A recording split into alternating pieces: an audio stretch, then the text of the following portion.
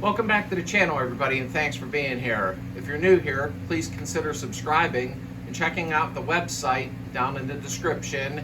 Lots to do there, lots to see. Okay, today we're going to be removing the drums off of the 68 Beetle, which pretty much they're all the same anyhow. And they've been on the car for, who knows, 35 years? I don't really even know. Could be 40 years because of the old inspection sticker on it. I got to remove them. I want to check some things out. I'm going to put them back on, so I'll show bearing thrust adjustment in the front, and I'll show you torque on the back for the 36mm castle nut. I figured I'm doing this, I might as well film it, and we'll keep building an inventory of DIY stuff on this community's channel. Okay, let's get started and see how it's done.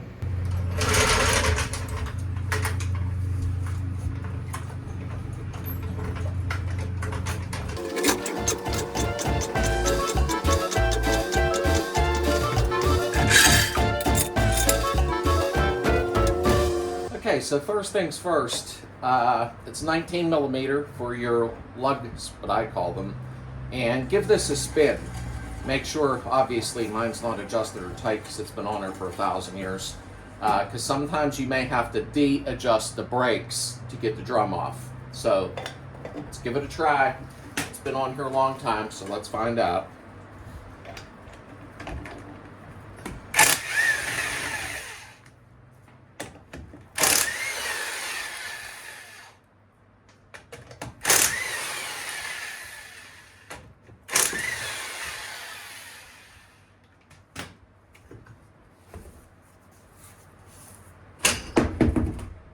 Okay, so you got to take the cap off. My speedometer cable apparently is broke because on the front of this there would be a tip sticking through. You would take the little C-clip off and then pull your speedometer cable back through. Let's pry this off.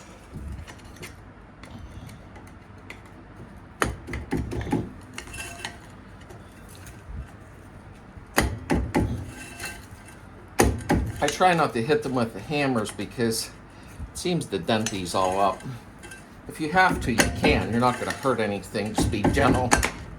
And there we go.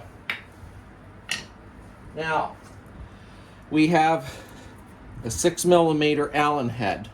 Okay, so I actually just use a socket with the 6mm. Put it on there. Get my ratchet.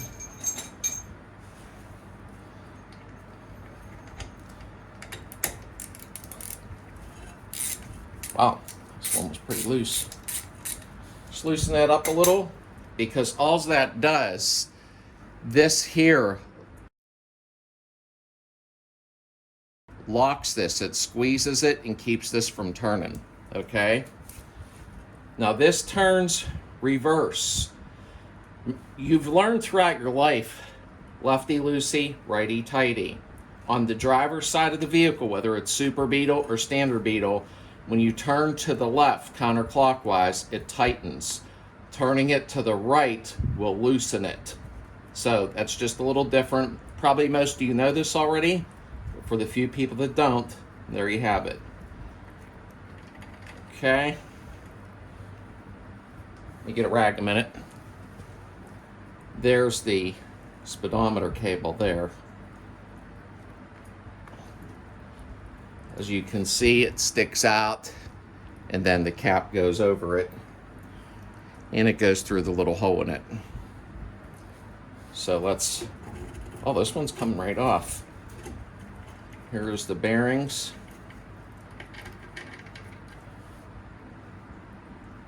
Just like old GM bearings, Ford bearings, there really ain't a big difference on them. Okay. Oh, it didn't come off too bad for not being off forever, but wow, is that nasty inside. We'll take a look.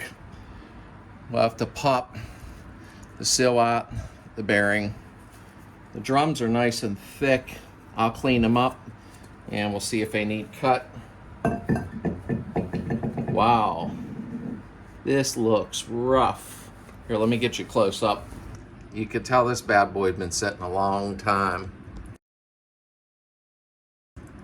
I don't know if the camera's picking it all up, but it's rough looking. These tabs are still on her, surprisingly. That's what holds the adjusters from turning. So what I will try to do, we'll take this all apart, probably in the next episode of this, and we'll go ahead and see if that'll wire wheel and clean all up. It probably will. What I like to do a lot with these is basically take some heat, get it on here, and pop these out, the adjusters. Once you get them out and get them wire wheeled and cleaned up, they spin free. I believe, and I could be wrong, the new backing plates do not have these tabs on them. I think you have to weld them onto the blocks. I think. I don't know why I'm saying that. For some reason, I can remember that being an issue. But we're going to replace all of this. Wire wheel and clean the backing plates or replace them. Of course, new wheel cylinders, new shoes, new everything. Yeah, this is all... They're probably not original to the car, but they sure haven't been apart in a very long time. But we're going to be doing drop spindles. Yes, drop spindles. The disc brake conversion that I'm doing, he's giving me the drop spindles off of his car. So we're going to go ahead and do the drop spindles, which on a 68, once we get into that, you got to change a few things for it to work properly. So let's put this back together, and I'll show you the proper adjustment for the bearing seating. I just wanted to see what I had going on in here because I'm going to have to order parts, so I thought I might as well film it while I got everything apart. But let's put this back on. Obviously, if we were doing it for good, we'd be repacking the bearings, so on and so on. You already know about that. But I'm just having you follow me along in this adventure.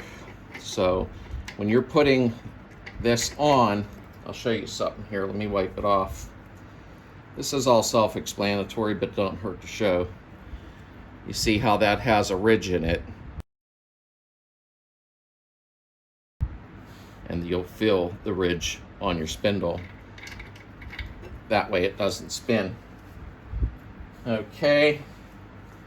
You're going to put, it's getting the crap off of there because I threw it on the floor. Remember, you're turning counterclockwise to tighten it. Like I said, Super Beetle, Standard Beetle, it's all the same, and this would be on the driver's side. Okay. Tighten it by hand. Give it a spin. Okay. Now this is the way I do it. I just give it, there's a proper torque spec for this. I just give it a little snug and stop. Nothing hard. You see what I did there, okay? It seats them. See how it's still by hand?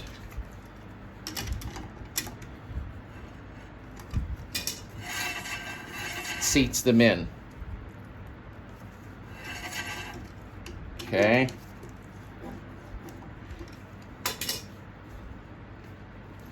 And then by hand, that's it. Take your 6mm.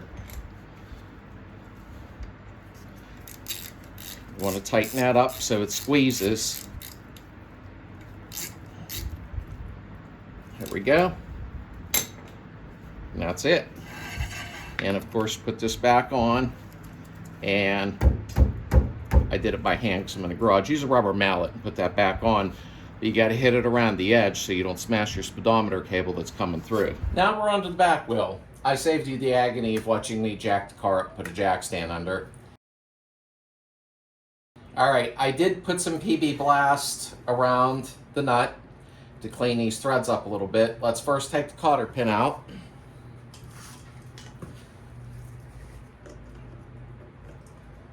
These are pretty big cotter pins in here. Come on, get in there.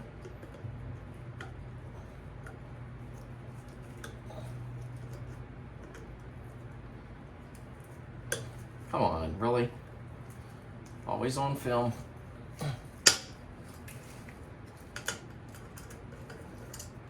Okay, big cotter pin. Now this is a 36mm. So you're gonna have to get one, okay? And we're gonna take this off, take a look because I want to see what I got going on here since I'm new to the car. Obviously, a lot of it needs replaced. And then we're going to do the proper torque when putting it back on. So I'm going to put my gun on here and see if it'll back it off. Actually, I bought this gun at Harbor Freight, Chicago Electric, and it says it goes up to 250 foot-pounds. I can't verify that, but I can tell you one thing. This thing has been a beast, and I got it for 39 bucks. Now, if you're a mechanic in a shop every day like I used to be years ago, then obviously you want a better brand, something to hold up longer. But for the amount of work that I do, it's perfect. But let's see if it takes this off. Hold your ears.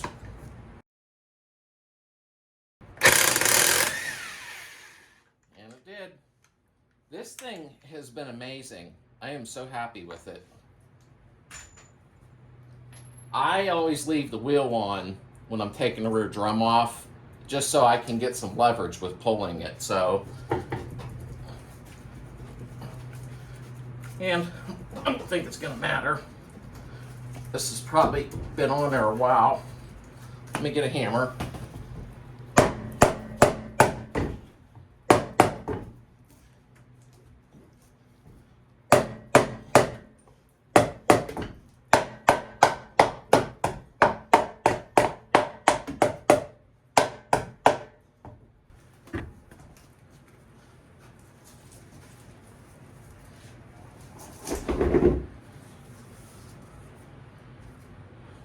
This definitely is going to need ripped apart, which we knew that anyhow.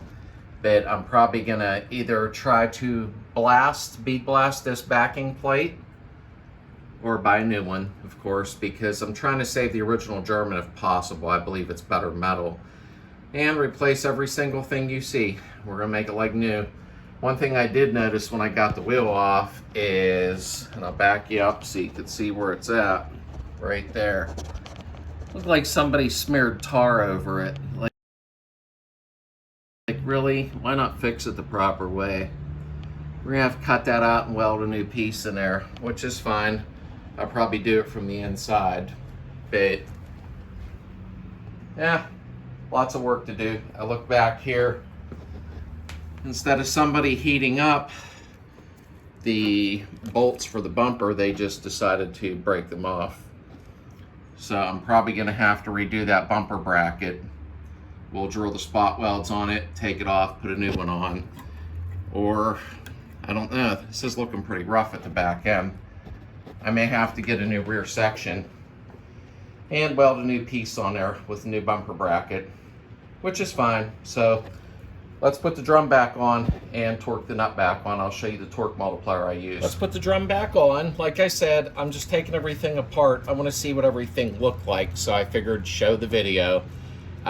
We are going to replace all this. Actually, all this is going to come off. The transaxle is going to come out, which is the swing axle, and we're going to be redoing everything. So make sure your splines don't have any dirt laying inside of them. I already cleaned them up. Make sure the drum lines up with the splines. Slide it on. Now, if it doesn't want to go on, make sure you de-adjust your brakes. I have a brake adjustment video on there if you look in my playlist. And we're going to take the nut.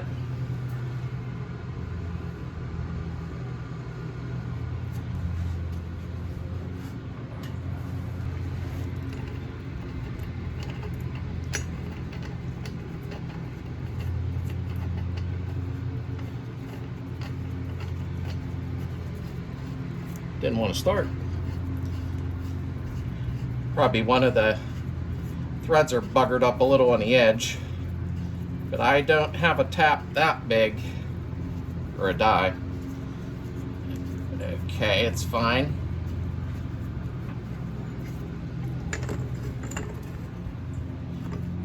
Okay, should have probably blew this off, but this is very temporary. So we spun the nut on by hand. This right here is the torque multiplier tool. I put a link to it down in the description. No, I don't make no money on it. I don't have an affiliate program.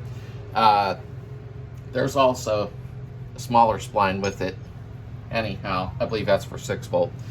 I'll show you how this works. It's so important to get this nut properly torqued, okay? Because of the splines in the drum, so on and so on. So here's how it works. You're gonna take 2 of your lug nuts, set this in place. This thing is the best. And you can also use it on the flywheel on the engine when you're torquing your flywheel. I did a video on a rear main seal and flywheel torque.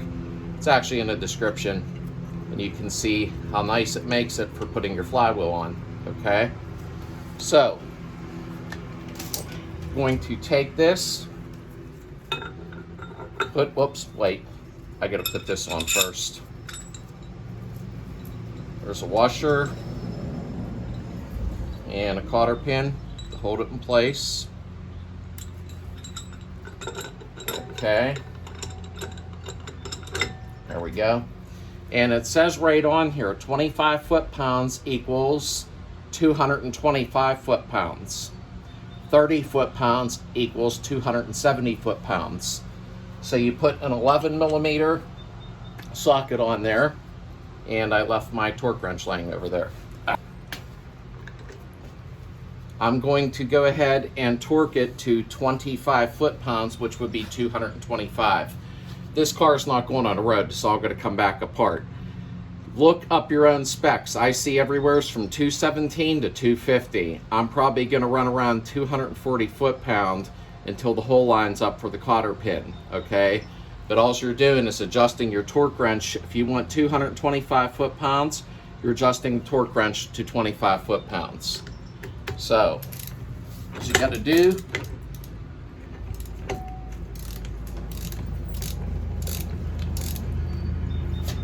okay, I got to move this back.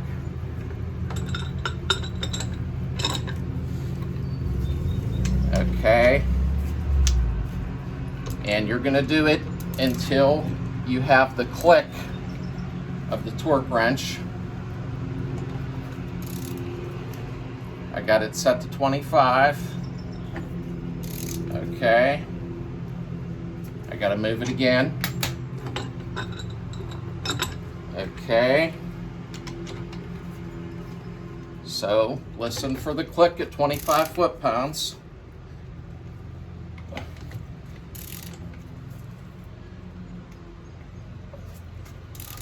Almost there. If my handbrake don't work, I could have probably put the car on the floor with the wheel on, which I might have to do. Oh, I think I heard it. There. Hear that? Okay. That is 25 foot-pound. Right now it's set to 225. So basically you want to go a little bit tighter and look up your own specs on that. Then put your cotter pin in. Mine actually did line up, and that's it. Put your wheel on. But I at least wanted to show how that worked. So that's the drum removal process for Beetle and Super Beetle. The back one, that torque multiplier tool, is amazing. You really need to get one if you're going to have a Beetle and keep working on it, especially when you're torquing the flywheel or the rear drums. Look up your own torque specs. It's all across the board for some reason, and I don't have my Bentley handy. How's that sound? Okay, thanks for hanging around and being here, and I'll see you on the next one. We'll be doing a disc brake conversion. Ooh.